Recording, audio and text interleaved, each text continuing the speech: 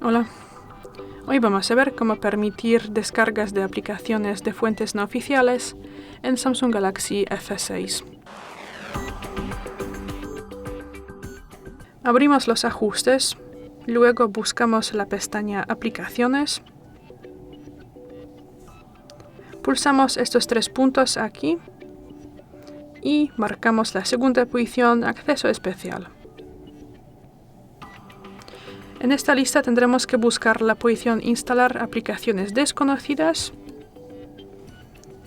Y bueno, y con esos botones a la derecha podemos decidir cuál aplicación vamos a autorizar de este proceso. Yo voy a, por ejemplo, dar este permiso a la aplicación Google Drive. Así, y ya es todo.